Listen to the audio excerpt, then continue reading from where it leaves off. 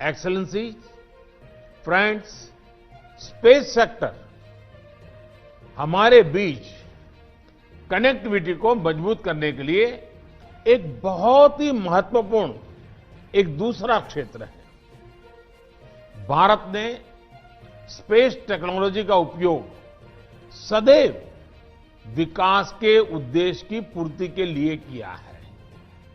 भारत और भूटान इस उद्देश्य को साझा करते हैं।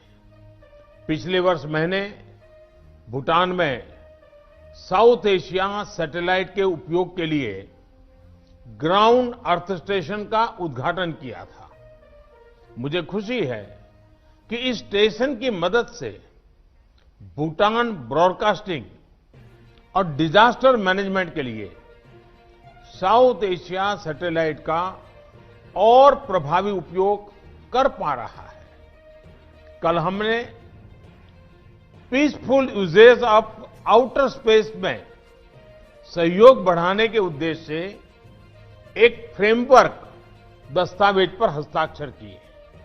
इससे दोनों देशों की विभिन्न संस्थाओं के बीच सहयोग का मार्ग प्रशस्त होगा।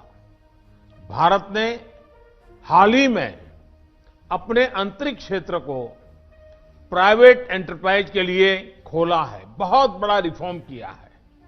इससे कैपेसिटी, इनोवेशन और स्किल्स को बढ़ावा मिलेगा।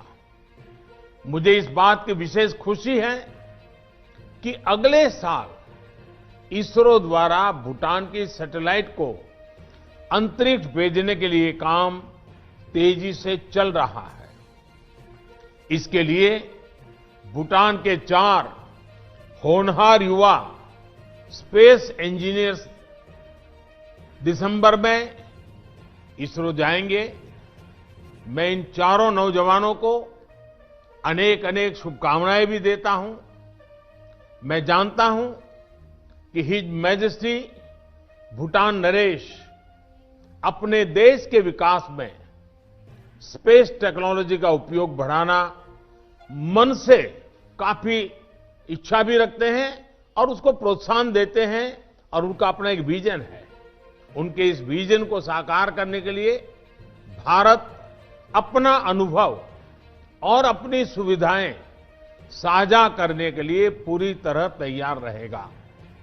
इसी तरह भूटान में एक ICT enabled knowledge based society, इसका निर्माण करने के उद्देश्य का भी हम पूरी तरह से समर्थन करते हैं।